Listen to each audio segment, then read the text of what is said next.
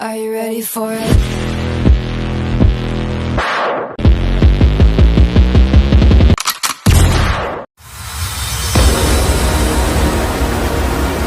Ladies and gentlemen, may I have your attention please? It's time for the final countdown. The show starts in 3, 2, 1, go! Save alarm and your live video. Press on the season can count me and top member can come and go to get back on me.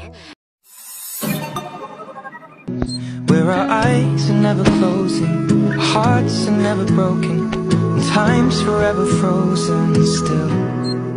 So you can keep me inside the pocket of your ripped jeans. Assalamualaikum warahmatullahi wabarakatuh.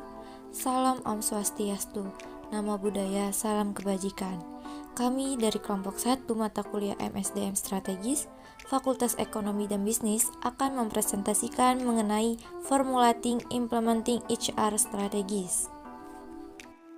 Dengan dosen pengampu mata kuliah MSDM Strategis yaitu Ibu Dr. Nova Mardiana, SEMM.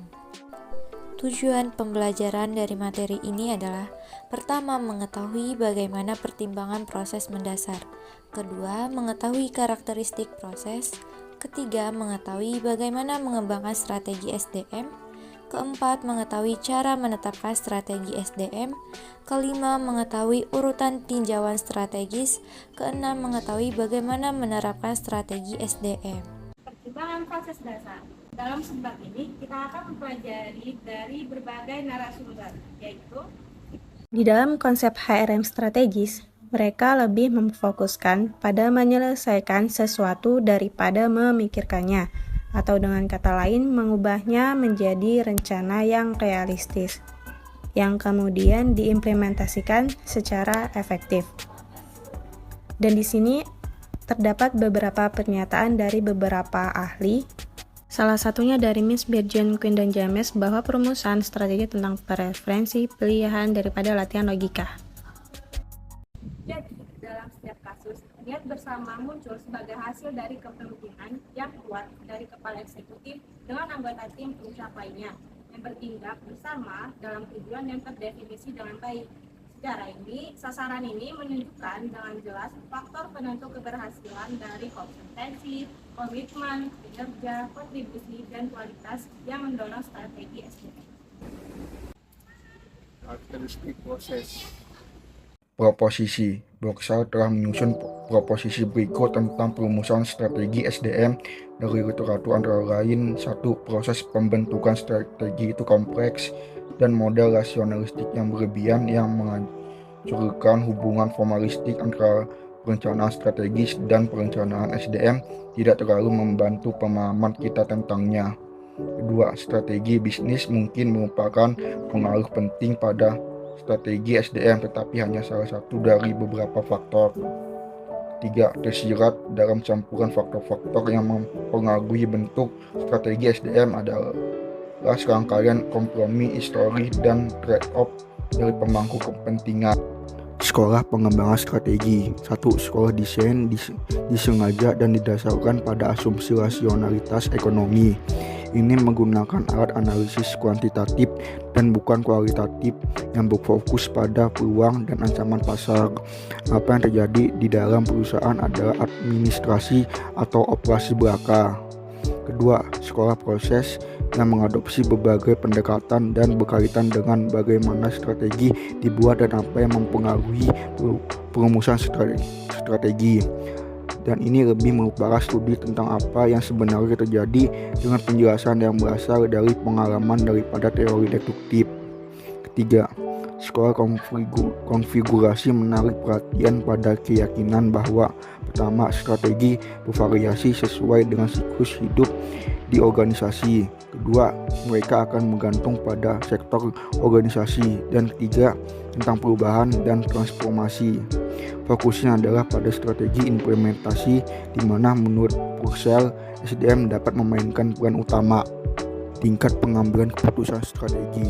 Perbedaan ini dibuat oleh Purcell dan Armstrong antara lain. 1. Keputusan urutan pertama yang berkaitan dengan arah jangka panjang perusahaan atau ruang lingkup kegiatannya.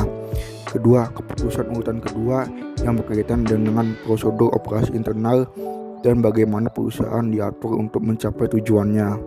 3. Keputusan urutan ketiga yang berkaitan dengan pilihan pada struktur dan pendekatan sumber daya manusia dan strategis dalam arti bahwa mereka menetapkan parameter dalam manajemen hubungan karyawan di perusahaan. Opsi dan pilihan strategis. Baik, materi selanjutnya opsi dan pilihan strategis. Pilihan strategis adalah alternatif yang tersedia bagi para pengambilan keputusan untuk menggunakan sumber daya yang tersedia dan memanipulasi keunggulan kompetitif. Materi selanjutnya opsi dan pilihan strategis. Proses pengembangan strategis sumber daya manusia melibatkan menghasilkan opsi sumber daya manusia strategis dan kemudian membuat pilihan strategis yang tepat. Bahwa pilihan praktik yang dikejar pengusaha sangat bergantung pada sejumlah faktor di tingkat organisasi, termasuk strategi bisnis dan produksi mereka sendiri, dukungan kebijakan sumber daya manusia, dan hubungan kerja kooperatif. Pengembangan strategi SDM. Pendekatan keseluruhan adalah bahwa keseluruhan sistem lebih penting daripada bagiannya, dilihat dari sudut pandang yang luas dalam berbagai aspek. Ada 6 langkah berikut yang diusulkan oleh Gretchen. Yang pertama itu membangun koalisi pemandu, dan yang kedua itu bayangkan masa depan. Ketiga, memahami kapabilitas saat ini dan mengidentifikasi kesenjangan. Keempat, itu membuat peta sistem. Kelima, membuat model dinamika sistem. Dan yang terakhir, keenam, menjembatani tindakan. Lalu yang kedua, ada pendekatan khusus untuk pengembangan strategi. Nah, jadi pengembangan strategi dapat dilakukan dengan berbagai pendekatan, tergantung pada tujuan, lingkungan, dan sumber daya yang tersedia. Ada 6 pendekatan pengembangan strategi. Yang pertama itu ada pendekatan desain. Lalu yang kedua ada pendekatan inovasi. Ketiga itu pendekatan pengembangan berkelanjutan. Yang keempat itu ada pendekatan kemitraan. Kelima pendekatan adaptif. Keenam pendekatan pengalaman pelanggan. Ketiga, ada pendekatan praktik terbaik. Pendekatan ini didasarkan pada asumsi bahwa ada serangkaian praktik SDM yang terbaik dan penerapannya pasti akan menghasilkan kinerja yang unggul. Pendekatan konfigurasi. Jadi, pendekatan konfigurasi atau bundling pada strategi MSDM yaitu kumpulan praktik SDM yang memiliki tingkat kinerja yang lebih tinggi, tetapi harus mencapai tingkat kecocokan yang tinggi dengan strategi kompetitifnya. Pendekatan ini dilakukan untuk mengintegrasikan berbagai program dan kebijakan HR yang saling terkait, yang mana dapat membantu organisasi untuk memastikan bahwa program-program tersebut saling mendukung dan sejalan dengan strategi organisasi mereka.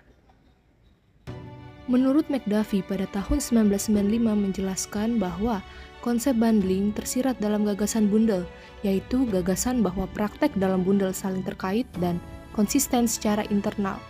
Selain itu, menurut Dyer dan Rivest pada tahun 1995 mencatat bahwa logika yang mendukung bundling sangat mudah, karena kinerja karyawan merupakan fungsi dari kemampuan dan motivasi.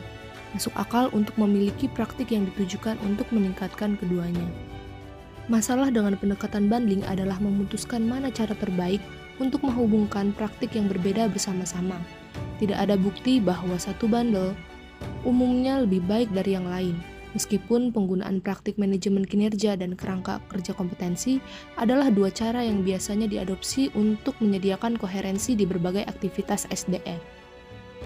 Koherensi ada ketika serangkaian kebijakan dan praktik SDM yang saling memperkuat telah dikembangkan yang mana secara bersama-sama berkontribusi pada pencapaian strategi organisasi untuk mencocokkan sumber daya dengan kebutuhan organisasi, meningkatkan kinerja dan kualitas, dan di perusahaan komersial mencapai keunggulan kompetitif.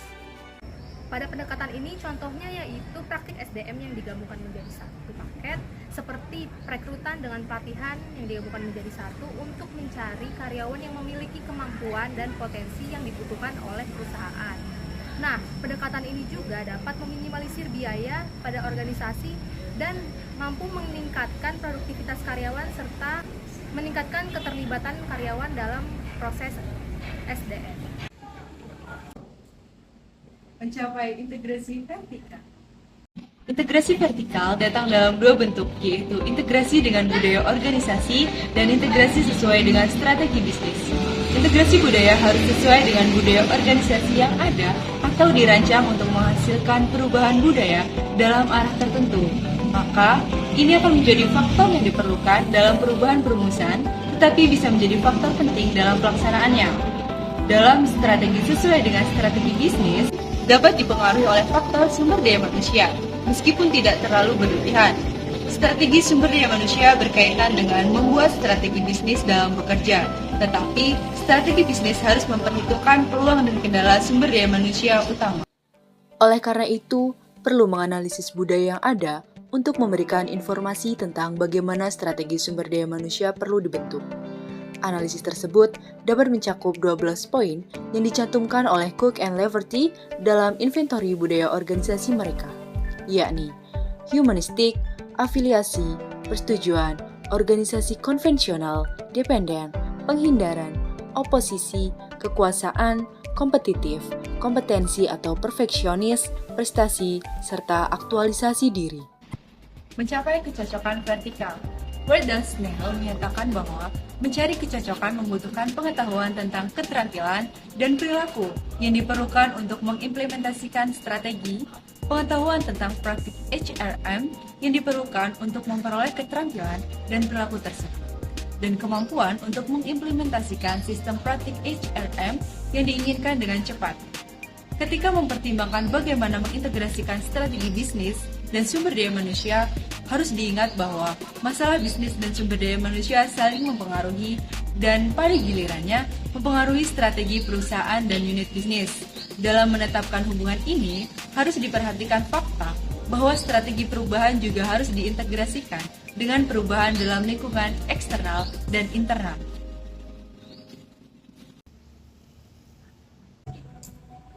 Proses integratif. Selanjutnya saya akan menjelaskan menghubungkan praktik. SDM bundling bukan hanya proses dari pick and mix. Tujuannya yaitu yang pertama, untuk menetapkan area praktik SDM yang perlu diterapkan secara umum, dan yang kedua, untuk memeriksa praktik tertentu untuk membangun hubungan atau landasan bersama di antara mereka, sehingga mereka saling mendukung. Lalu menetapkan strategi. Berikut ini adalah judul di mana strategi dan rencana penerapannya dapat diterapkan. Yang pertama, dasar, yang kedua, konten, yang ketiga, rasional, yang keempat, rencana implementasi, yang kelima, analisis biaya dan manfaat. Selanjutnya, saya akan menjelaskan proses integratif. Dua proses integrasi yang sering digunakan adalah manajemen kinerja dan penggunaan kompetensi. Cara mereka menyediakan perekat antara berbagai praktik SDM diilustrasikan dalam dua gambar berikut. Yang pertama, manajemen kinerja sebagai kekuatan integrasi terdiri dari beberapa unsur, yaitu manajemen kerja, hadiah, motivasi, pengembangan karyawan, komitmen, dan peningkatan performa. Yang kedua, penggunaan kompetensi sebagai kekuatan integrasi, yaitu penggunaan kompetensi, hadiah, pengarahan, dan pengembangan. Melakukan tinjauan strategis. Yang pertama adalah analisis apa strategi bisnis dan kebutuhan bisnis apa yang muncul darinya. Yang kedua adalah faktor budaya dan lingkungan apa yang kita butuhkan untuk memperhitungkan. Yang ketiga adalah apa kelemahan dan masalah utama SDM. Yang keempat adalah apa kesenjangan antara apa yang kita lakukan dan apa yang seharusnya kita lakukan. Yang kedua adalah diagnosis. Yang pertama, mengapa ada kelemahan dan masalah. Yang kedua adalah apa penyebab adanya kesenjangan. Lalu yang ketiga adalah faktor apa yang mempengaruhi situasi seperti budaya, lingkungan, persaingan, dan politik. Dan yang ketiga adalah kesimpulan dan rekomendasi. Yang pertama adalah apa kesimpulan kami dari analisis diagnosis. Lalu yang kedua adalah apa yang perlu kita lakukan untuk mengisi kekosongan. Lalu yang keempat adalah strategi alternatif apa yang tersedia. Lalu yang kelima adalah alternatif mana yang direkomendasikan dan mengapa. Selanjutnya ada perencanaan aksi, di mana pertanyaan dalam perencanaan aksi ini meliputi tindakan apa yang perlu kita ambil untuk mengimplementasikan proposal. Yang kedua ada masalah apa yang mungkin kita temui dan bagaimana kita mengatasinya. Nah, yang ketiga, siapa yang mengambil tindakan dan kapan gitu kan. Nah, yang keempat itu bagaimana kita memastikan bahwa kita memiliki komitmen dan diperlukan manajer lini yang cakap. Lalu yang selanjutnya itu ada tahapan perencanaan sumber daya, di mana terdapat pertanyaan dalam perencanaan sumber daya ini. Yang pertama itu sumber daya apa yang akan kita butuhkan, uangkah atau orang atau waktu. Lalu yang kedua itu bagaimana kita mendapatkan sumber daya ini. Nah, yang ketiga itu bagaimana kita meyakinkan manajemen bahwa sumber daya ini tuh diperlukan. Lalu yang terakhir ada proses pendukung apa yang diperlukan. Lalu proses yang selanjutnya adalah manfaat. Nah, ada 3 pertanyaan dalam proses manfaat ini. Apa manfaat bagi organisasi yang menerapkan proposal ini? Atau bagaimana sih mereka menguntungkan karyawan individu? Atau bisa juga bagaimana mereka memenuhi kebutuhan bisnis. Mengimplementasikan strategi. Selanjutnya yaitu mengimplementasikan strategi. Mengimplementasikan strategi juga bisa diartikan sebagai tahapan untuk melaksanakan strategi-strategi yang sudah dirancang. Dalam menghadapi segala sesuatu atau menjalankan segala sesuatu, sudah pasti akan ada hambatan yang akan dihadapi. Nah, berikut ini beberapa contoh hambatan yang ada di dalam mengimplementasikan strategi sumber daya manusia. Yang pertama, kurangnya motivasi karyawan untuk mencapai tujuan. Yang kedua, alokasi sumber daya manusia dan anggaran yang tidak tepat. Yang ketiga, kesenjangan pada struktur dan kepemimpinan.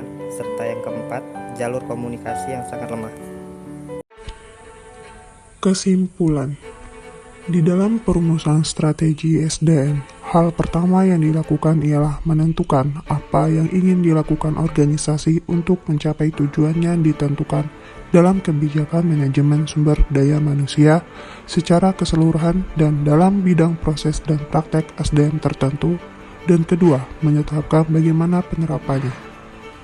Meskipun mungkin sulit, pendekatan strategis diinginkan untuk memberikan arah dan tujuan dan sebagian dasar untuk pengembangan kebijakan dan praktik SDM yang relevan dan koheren.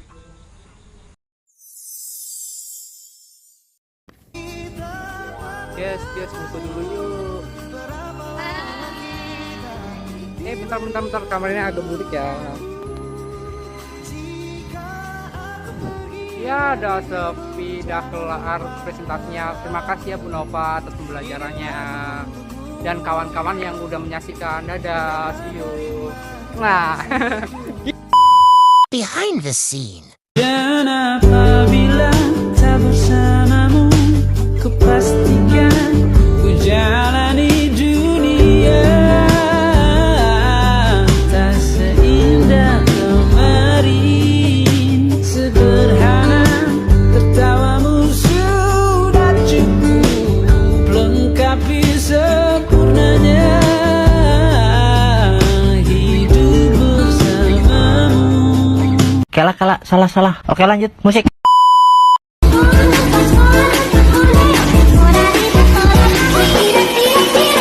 Meledak.